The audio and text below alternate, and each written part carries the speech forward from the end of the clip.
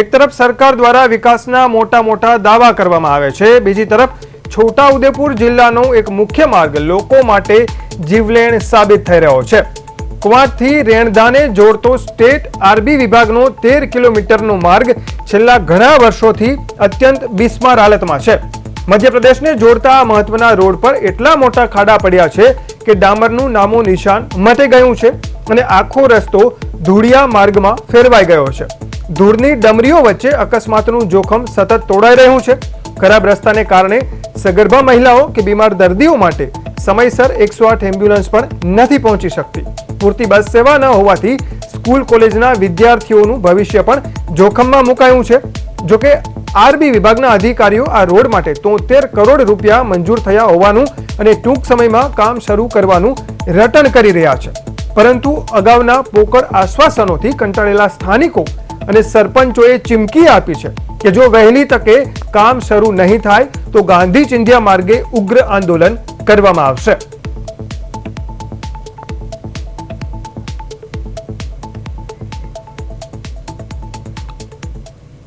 ગુજરાત સરકારને અમે જણાવીએ છીએ કે આજે 15/5/2026 ના રોજ બોલું છું કે આ જે શિવાળાના ગામડે આવેલો છે એટલે તમે કોઈ ધ્યાન આપતા નથી, તો ધ્યાન કેમ આપતા નથી તેને હું અમને આ 15 દિવસની અંદર જે તે જવાબ આપે અને આ રોડની આવીને સૂક્ષ્મ જગ્યા જોઈ લો કઈ રીતે તકલીફ પડે છે, કેવો રોડ છે, કેવી પરિસ્થિતિ છે તે, અથવા એમાં કેવું કે જે સ્કૂલના બાળકો છે એની સ્વસ્થતાઓ બગડી જાય છે તો ત્યાં સુધી તમને દેખાતું નથી। 6 મહિનાથી તમે મંજૂર કરી છે કે જે કોઈ રકમ મંજૂર કરી હોય તે, પણ તમે આવીને આને ખાતમુહૂર્ત કેમ કરતા નથી? ખાતમુહૂર્ત અઠવાડિયાની અંદર કરો અને આવીને જોઈ લો કેટલી પબ્લિકને તકલીફ પડે છે તે।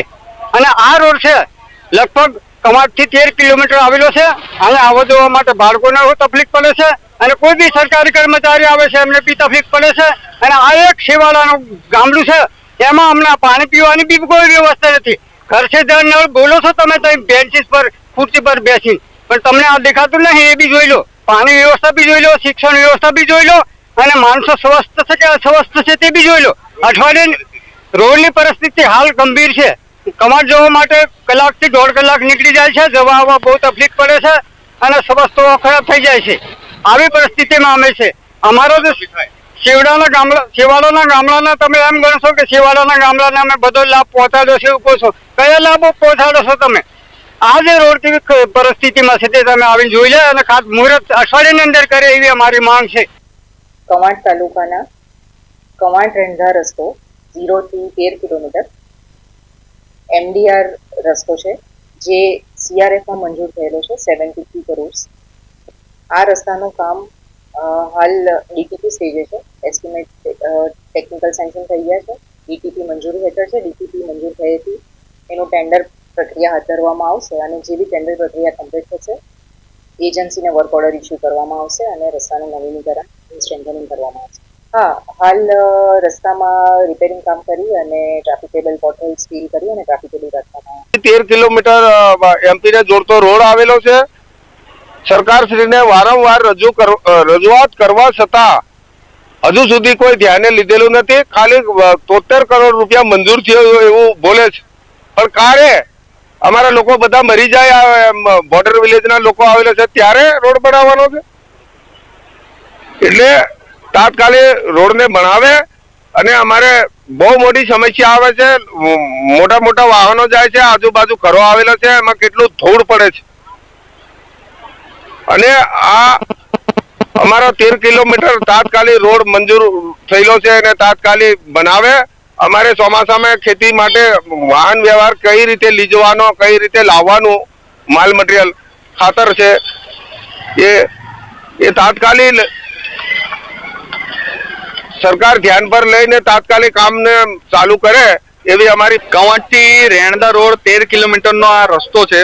છોટાઉદેપુર જિલ્લામાં લાગે છે, બોર્ડર વિલેજમાં રસ્તો લાગે છે, જેના આધારે અમે સીઓમઓ ઓફિસમાં બી અમે એપ્લિકેશન આપી છે, સાંસદને બી આપી છે, ધારાસભ્યને પણ આપી છે, છતાં બી મંજૂર રોડ 73 કરોડનો આજથી 6 મહિના પહેલા એવું કીધું હતું કે 73 કરોડનો મંજૂર થઈ ગયો છે રસ્તો, પણ હાલ સુધી આરએનબી વિભાગ કે છોટાઉદેપુર વિભાગમાં કોઈ પણ નિરીક્ષણ કરવા આજ સુધી નથી આવ્યું, જેના આધારે અમને શંકા ઉત્પન્ન થાય છે કે આ રોડને બનાવવા નથી સરકાર માંગતી, જેના આધારે અમે આ રોડને 15 દિવસની ચીમકી આપે છે. 15 દિવસમાં જો રોડ મંજૂર ના થાય તો અહીંયાથી લઈને 13 કિલોમીટરમાં જેટલા બી રેણદાથી કવાંટમાં તેટલા 13 જણાનો સરપંચનો સહયોગ લઈને અમે આ રોડને બંધ કરવાની માંગણી કરીએ છીએ.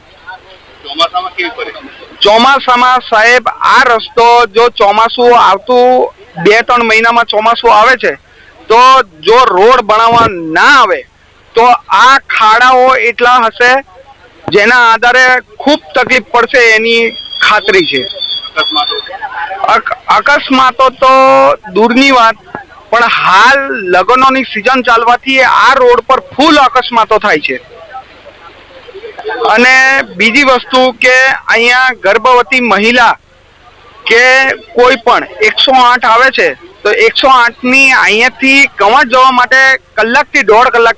મધ્યપ્રદેશ અને ગુજરાતને જોડતો આ 13 કિલોમીટરનો જે રોડ છે તે ખખડધજ હાલતમાં છે. કવાંટ તાલુકાનું આ જે રોડ આવેલું છે રેણદા ગામમાં, જે જોઈ શકાય છે દ્રશ્યમાં કે આ રોડ જે છે જે ખખડધજ હાલતમાં છે. 6 વર્ષથી આ રોડ જે છે આ જ પરિસ્થિતિમાં છે. લોકોએ અનેક વખત રજૂઆત કરી કે આ જે રોડ 13 કિલોમીટર એટલે કે મધ્યપ્રદેશ અને કવાંટને જોડતો આ 13 કિલોમીટરનો માર્ગ છે તેને બનાવવામાં આવે, પરંતુ તેને હજુ સુધી બનાવવામાં નથી આવ્યો. અત્યારે તેની ટેન્ડર પ્રક્રિયા પણ થઈ ચૂકી છે. 73 કરોડ જેટલી રકમ પણ મંજૂર થઈ ચૂકી છે, પરંતુ અત્યાર સુધી તેનું કામ ચાલુ કરવામાં નથી આવ્યું. ત્યારે ગ્રામજનો જે છે જોઈ શકાય છે દ્રશ્યમાં કે આ એક ટ્રક જે છે ટ્રક નીકળી રહી છે, કેવી રીતે જે ધૂળની ડમરીઓ ઉડી રહી છે. લોકો જે છે આ જ પરિસ્થિતિમાં અહીંયા લોકો જે છે આ જ પરિસ્થિતિમાં જીવે છે. અનેક વખત લોકોએ રજૂઆત કરી તો તંત્ર જાગ્યું અને તંત્રએ 73 કરોડ જેટલી માતબર રકમ મંજૂર કરી, પરંતુ અત્યાર સુધી આ રોડનું કામ ચાલુ કરવામાં નથી આવ્યું. હાલ તો ગ્રામજનો રોષે ભરાયા છે અને ગ્રામજનોએ ચીમકી ઉચ્ચારી છે કે 15 દિવસમાં આ રોડનું કામ ચાલુ કરવામાં નહીં આવે તો આ રોડને બંધ કરવામાં આવશે તેવી ગ્રામજનોએ ચીમકી ઉચ્ચારી છે. શું હવે તંત્ર રોડનું કામ શરૂ કરે છે કે પછી આ જ પરિસ્થિતિમાં ગ્રામજનો જીવશે તે તો સમય જ બતાવશે. રફીક મકરાણી, પ્રદેશ 24 ગુજરાતી, છોટાઉદેપુર.